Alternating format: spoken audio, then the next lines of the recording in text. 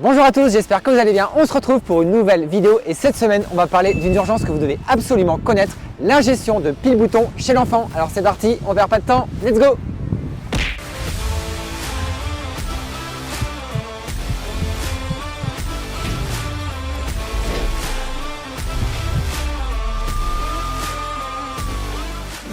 Je suis avec Christine. Moi je suis Christine Tourdoux, donc je suis médecin au centre antipoison de Nancy. Dans cette vidéo, on va parler des ingestions de corps étrangers et notamment de pile-bouton. Alors déjà au centre antipoison, est-ce que vous avez fréquemment des appels de ce type-là de corps étrangers ingérés par les enfants? Oui, on en a régulièrement en fait, et parmi tous les corps étrangers ingérés par l'enfant, ce sont les pile-boutons qui sont les plus problématiques. Alors, pourquoi c'est aussi problématique que ça, les ingestions de pile-bouton? Parce que, quoi qu'ils sont ingérés, quand la pile est grosse et surtout quand l'enfant est petit, en fait la pile elle risque de se coincer au niveau de l'œsophage et si elle reste un certain temps bloquée au niveau de l'œsophage, elle commence à entraîner une brûlure. Et cette brûlure, même quand on enlève la pile, elle continue à aller en profondeur et elle peut donner un trou carrément dans l'œsophage à terme. Ok, donc maintenant je suis avec Amélie, je vais te laisser te présenter. Oui, bonjour, je m'appelle Amélie Gatin, je suis pédiatre aux urgences pédiatriques de Nancy. Donc on se connaît très très bien et est-ce que tu as souvent des enfants qui viennent aux urgences pédiatriques pour ces types d'ingestion? Alors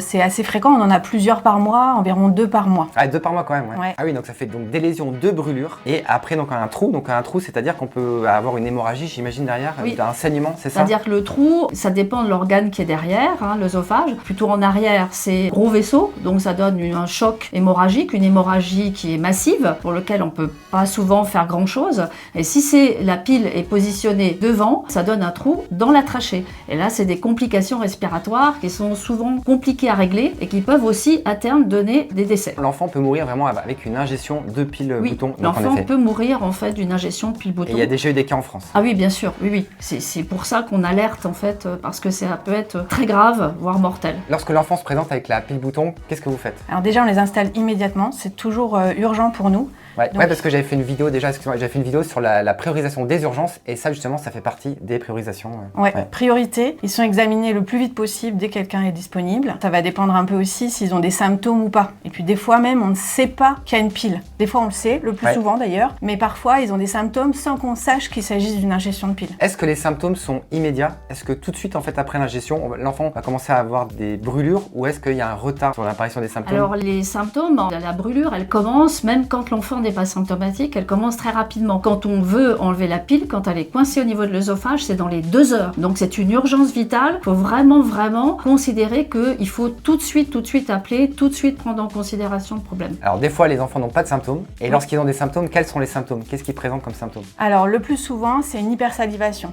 On Ouais. sent qu'il y a quelque chose de bloqué et donc c'est des enfants qui ont souvent la bouche ouverte et qui n'arrivent pas à déglutir. Donc l'hypersalivation et puis des enfants qui sont douloureux qui peuvent même porter leurs main en montrant le cou. Toujours des enfants qui sont le plus souvent quand ils ont des symptômes qui vont pas bien, qui ont vraiment mal et on voit tout de suite qu'il y a quelque chose qui coince. Donc par exemple, si on vient de voir l'enfant ingérer la pile devant nous ou éventuellement si on a un doute, qu'est-ce qu'il faut faire dans ce cadre-là? Si on le voit ingérer ou si on a un doute parce qu'il est à côté d'un objet et on trouve pas la pile, c'est pareil, c'est une urgence. Il faut tout de suite ou appeler le centre antipoison ou faire une radio, aller aux urgences pour faire une radio. Il faut voir si la pile est coincée au niveau de l'œsophage parce que si c'est le cas, il faudra l'enlever idéalement dans les 2 heures. Alors justement, le centre antipoison, j'avais déjà fait une vidéo à ce sujet-là. D'ailleurs, je vous mets le lien de la vidéo juste ici. Et il y a 8 centres antipoison en France. Je remets les liens des centres antipoison en France en dessous dans les commentaires. Je viens de parler donc des piles boutons, mais est-ce que les piles classiques, on va dire les AA, les AAA, est-ce qu'elles sont aussi dangereuses? Non, elles sont moins dangereuses. Après, ça peut poser problème parce que si elles sont grosses, ça risque de coincer quelque part. Mais effectivement, dans le tube digestif, mais on n'a pas ces lésions de brûlure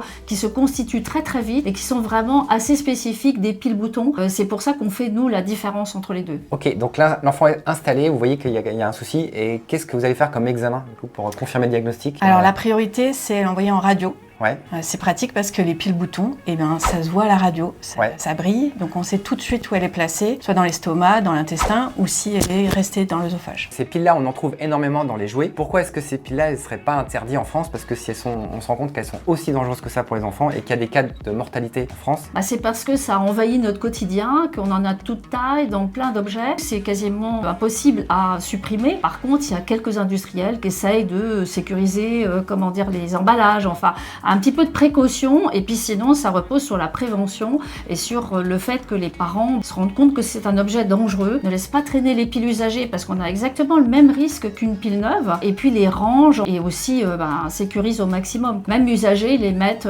hors de portée des enfants. Au niveau des jouets, il y a justement des normes, notamment donc, toutes les piles boutons normalement sont censées être sécurisées dans des petites clapets avec des vis que l'enfant ne peut pas ouvrir. Ça c'est les normes qui sont européennes. Le message que tu viens de dire exactement, mais c'est assez important, je pense qu'on va repréciser, c'est que même usagée, c'est-à-dire que lorsque votre pile bouton elle ne marche plus, que vous changez vous-même la pile, faites attention, même vide entre guillemets, même non fonctionnelle, la pile reste quand même dangereuse et il faut pas la laisser traîner sur la table parce que je pense que c'est à ces moments-là qu'il y a éventuellement le risque que l'enfant absorbe la pile. Donc c'est tout de suite dans un endroit sécurisé le temps de la mettre à la déchetterie. Ouais. Ok, donc on voit qu'il y a la pile mais on ne voit pas les lésions internes, je pense. Voilà, et donc qu'est-ce que vous faites par la suite? Alors immédiatement, quand on sait qu'il y a une pile et qu'on la voit, on appelle les chirurgiens viscéraux ou les endoscopistes, qui peuvent être aussi des médecins gastro-entérologues, qui vont aller le plus vite possible enlever la pile. Voilà, parce qu'il y a des, on en a parlé, il y a des risques de lésions en interne. Et moi, en tant qu'urgentiste, j'avais entendu parler d'une autre spécificité. Plus on ingérait de piles, plus ça pouvait être dangereux. Mais a priori, une seule pile suffit à être dangereuse. Hein. Oui, il faut savoir, bien sûr, plus on ingère de piles ou de piles et plus un corps étranger, en plus, ça peut être embêtant. Mais une seule pile suffit. Elle se coince au niveau de l'œsophage, elle reste bloquée là un certain temps, on a une brûlure et cette brûlure donne, effectivement, peut aller en profondeur et donner des choses catastrophiques. Imaginons donc le corps étranger a été retiré, il n'y a pas de lésion, donc tant mieux parce qu'on a été assez précoce. D'ailleurs le délai c'est assez rapide a priori, c'est dans les combien de temps? Il faut intervenir dans les 2 heures. Dans les 2 heures. C'est vraiment urgent. Voilà, et même lorsque la pile est expulsée, tu l'as déjà dit tout à l'heure, mais il y a quand même des risques malgré tout, il faut absolument avoir une consultation médicale en urgence également. Il ne faut pas être rassuré parce que la pile est sortie dans les selles du petit. S'il y a des symptômes, il faut consulter parce que là il y aura peut-être quand même à contrôler au niveau de l'œsophage pour voir un petit peu l'important de la brûlure et donc s'il y a un suivi particulier à faire. Et donc il n'y a pas de lésion, donc est-ce que l'enfant peut rentrer immédiatement à la maison après? Non. Non. Parce qu'on sait que la pile bouton, même si elle est sortie, les lésions elles peuvent encore s'aggraver, s'approfondir et apparaître seulement secondairement. Donc on surveille ces enfants-là en milieu hospitalier, être sûr qu'ils n'aient pas de douleur, qu'ils puissent manger, qu'il n'y ait pas de symptômes qui réapparaissent dans les en général 48 heures. Il y a différents types de piles boutons. Est-ce qu'il y en a certaines qui sont plus dangereuses que d'autres? Oui, si on s'intéresse, que ça soit au lithium ou autre, ça c'est pas important. Ce qui est important, c'est vraiment la taille de la pile. Et plus la pile est de taille importante, on considère que le risque c'est au-dessus d'1,5 cm, 15 mm, et l'enfant est petit, donc l'enfant de moins de 5 ans. Donc ça c'est le risque maximum. Grosse pile, petit enfant. Ok, donc Amélie, donc ça c'est lorsque tout va bien. Lorsqu'il y a des lésions, lorsqu'il y a des soucis, qu'est-ce qui se passe à ce moment-là? Alors effectivement, il peut y avoir des lésions plus graves, des lésions intestinales qui peuvent aller de la nécrose jusqu'à même la perforation, surtout quand c'est au niveau de l'œsophage, là en haut c'est dangereux. Et il y a plein d'éléments autour qui sont aussi précieux et dangereux, la trachée pour respirer, les gros vaisseaux, et puis il y avoir des communications avec ces lésions-là. Donc on est obligé de déjà surveiller que ça n'arrive pas, parce que ça peut être vraiment grave et dangereux. Ces enfants-là sont hospitalisés en réanimation. Et puis pour la reprise alimentaire, c'est long. Parce qu'il faut attendre que l'œsophage ou l'intestin cicatrise. Pour la reprise alimentaire, ça peut être très long, c'est des hospitalisations. Donc ça peut être vraiment dramatique quoi. Oui. Donc vous l'avez compris, avant tout, l'objectif de cette vidéo est de faire de la prévention. Donc n'hésitez pas vraiment à partager au maximum cette vidéo et à diffuser ce message autour de vous que la pile bouton reste vraiment dangereux et qu'il y a des enfants qui meurent tous les ans en France à cause des piles boutons. Ok, merci beaucoup Christine. Comme d'habitude, n'hésitez pas à poser toutes vos questions en commentaire. Pensez à mettre le petit pouce sous la vidéo pour me soutenir. Et moi je vous dis à la prochaine. Merci. Salut. Merci. Au revoir.